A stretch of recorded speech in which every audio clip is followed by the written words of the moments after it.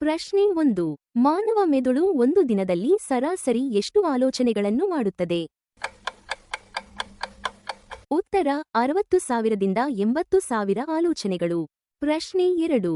ಮಾನವ ಹೃದಯ ಒಂದು ದಿನದಲ್ಲಿ ಎಷ್ಟು ಬಾರಿ ಬಡಿಯುತ್ತದೆ?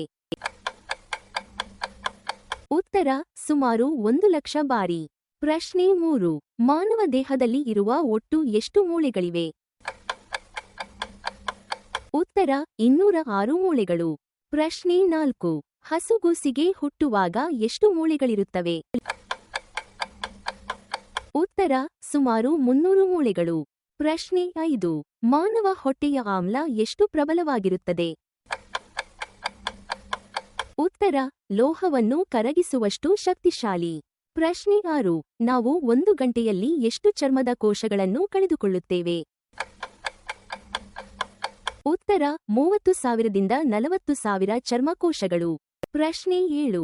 ಮಾನವ ದೇಹದ ಡಿಎನ್ಎಯನ್ನು ಒಂದು ಕೋಶದಿಂದ ತೆಗೆದು ನೇರ ಮಾಡಿದರೆ ಅದರ ಉದ್ದ ಎಷ್ಟು? ಉತ್ತರ ಸುಮಾರು 2 ಮೀಟರ್. ಪ್ರಶ್ನೆ 8.